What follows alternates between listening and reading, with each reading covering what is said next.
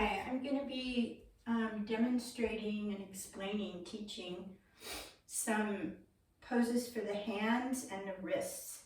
And of course the arms and the shoulders and the upper body are going to play into all of it.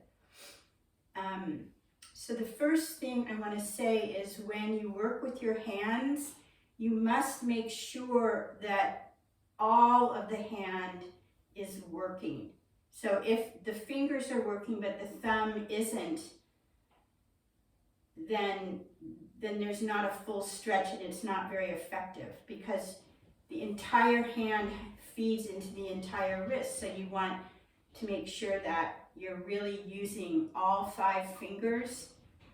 And a good way to do that is to spread them apart as far as you can, like big pieces of pie, and open the entire palm. And the best way for this to happen is when the palm can put pressure against another surface, because the surface, in this case, my right hand is getting support from my left hand. So the surface of my left hand is what I'm using to support the stretch in my right hand. And simultaneously, these 2 hands are supporting one another. So you need a full, flat, firm, strong, not collapsible surface that you're going to press the hand into. And the opposite hand is good. And you can also close your fingers. You don't have to open them. You can do both. You can do this exercise and you can do this exercise. But you must make sure that the entire palm is stretching its utmost, because that is what sends energy into the wrist. So the palm and the hand, just like the feet, are accelerators. When you press on them, the gas goes up into the limb that's connected to that hand. And so you work your wrist by sending energy through the hand to the arm, because the wrist is in between and it receives that energy. So it's getting woken up, it's getting circulation. In terms of flexibility of the wrist, that will come in some of the poses I'm going to show. So this is a good pose, the Namaste position, and you can press. So now the wrist is flexing, right?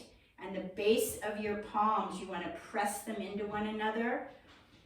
And you'll notice that the energy goes up into your arms, and you can feel it in your upper arms. You can feel it across your chest. If you're pressing, you can feel it in your shoulder blades. Your upper body gets energized through the arms because they are the limbs connecting to the upper spine. I don't know, something's showing up on my screen. Anyway, I'm going to stop for a minute because I don't know what that is. Oh, I'm getting a phone call. Okay, sorry. That hasn't happened before. Okay, so now to make more flexibility, you will rotate downward and you can feel it. So when you do that, the tendency is for this outer side of the hand to come apart. So you want to accentuate, you want to bring your mind there. Keep your mind there because you're directing the actions in the body. And then you can bring the fingertips towards you, the fingernails towards you, and you are monitoring what part of my palms are separating. So you have to be focused and internal. All right, so this is a good, easy, you don't need a prop, you don't need a wall, you don't need a table or a chair to facilitate this pose. You can do it anywhere. Another way to do this is to bring the hands behind the back. Start at your sacrum. Bring your fingertips together, one at a time. And close the hand if you can. And then walk your hand up your spine and see if you can close. I have a broken wrist from 30 or 40 years ago, so I'm a little handicapped when it comes to these type of poses, but this also definitely works your shoulders for sure. It's way more advanced, but some people will want to go there. And then you can really feel it when you come out of it. Okay, a second way of working with the hands and wrists in a safe yogic way that's understands what's going on so that you don't create any damage. You put your hands, you step to the wall, you put your hands about a little lower than chest height towards the bottom of your ribs. You spread your fingers as wide as you can.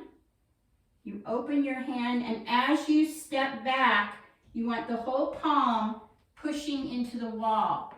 And you're going to step an arm's length away, feet hip width under your hips, and push the wall. Spread the hand. Find out what part of your hand is moving away from the wall and press that side of the hand in to the wall. And to come out, you're not going to lift your head. You're just going to walk forward, continue to press into the wall. So I always explain this as if you plant a seed into the ground, you put the seed in the ground and then cover it up, and then the seed will grow. Well, if you stood away from the wall, that'd be like the leaves plopping into the ground and you did this. That's not advised. And the same with coming out. You don't want to push away. You want to be like the plant and walk towards the earth to come out. That's the most stable. Earth is stable. You want to be stable when you do everything. Another pose is called plank pose, and you're going to come onto your hands and knees. Well, before we do that one, let's do the one that will get us down there, which is take your feet apart, hip width. Make sure your toes are even and spread apart. So you want to spread your feet on the mat the way you spread your hands, and vice versa. And then you're going to come forward into Uttanasana, extreme forward bend.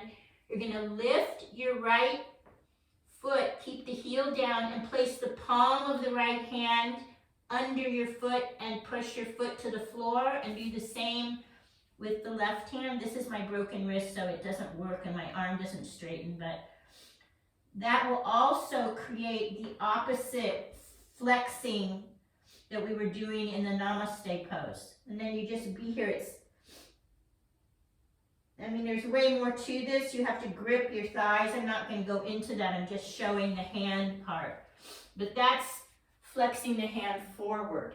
You never want to pressure a joint because the joints are delicate, and when they get injured, they have a very hard time healing because they don't have a lot of ligaments. Maybe this part of the body has a little more than the knees, which is a big bone. But I did have a knee injury in both of my knees, and I had to do a year's worth of, it's called prolotherapy or reconstructive therapy, where I got shots of B6. It helped the knee put down more ligament so that my knees could heal. So every week for 1 year, I went to New York City when I lived on the East Coast, and on the East Coast they call it reconstructive therapy. On the West Coast they call it prolotherapy. It helped me heal my joints. So I do have some firsthand experience with this, with what's going on with joints. Joints are just there to create added mobility to our limb. They're not there to bear weight. Yes, they do bear weight, but they should not have weight put on them because they're not made for bearing weight. They will collapse. They're made for creating more flexibility. That's their job, not weight bearing. Weight bearing is was one of the ingredients that caused my knees to get major problems. But I did heal from that without surgery, which I was trying to avoid. Okay, so the next pose is plank. And it's more of a full body pose. You're going to spread each hand as far as you can, make them even on the mat. Bring your weight, You can do this as a preliminary. Bring your shoulders, so my shoulders are back here. I'm going to bring my shoulders on top of my wrists, and you will start to feel the pressure. And because you have this hand, which is now a foot, that way, that's what's bearing the weight. And yes, the wrists are going to be involved. The weight's going to move through the wrist, but the weight is not being put on the wrist. And so you always need this foot or this hand in order to work your wrist. And it needs to be, again, on that hard, flat surface to create stability so that your hand is getting support. That's super important. Just like you wouldn't want to build a building on the beach because there's no support. You need a very firm ground, and that's how it is for yoga and the body. And then you lift up the hips and bring your shoulders towards your wrists for plank, so that your body is like a plank. And there's a lot of weight bearing going on. So your wrists are definitely working and they're flexing, right? And your hands are doing the work. And you'll notice your heart rate will increase. So these poses are aerobic, even though I'm not moving, the way we think when we walk and run and skip and jump. But there's a lot of, because I'm bearing weight, there's a lot of work. You also want to squeeze the muscles in the legs to keep the legs firm. There's way more to this pose. I'm just emphasizing the hand and wrist part. And then another variation on that would be dog pose, Adho Mukha Svanasana, where you bring the hips away from the hands, but you're using your hands, and then you're using your wrists. They become strong, and you're using your arms. You drop your head.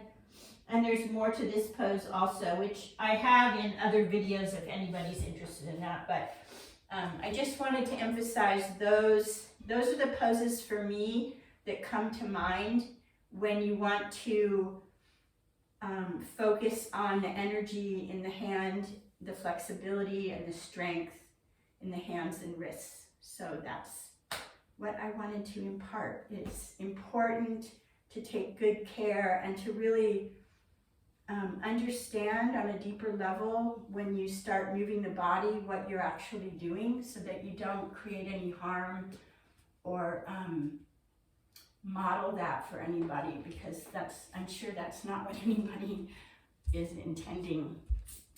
So I just wanted to show a little bit. Thank you. Bye-bye.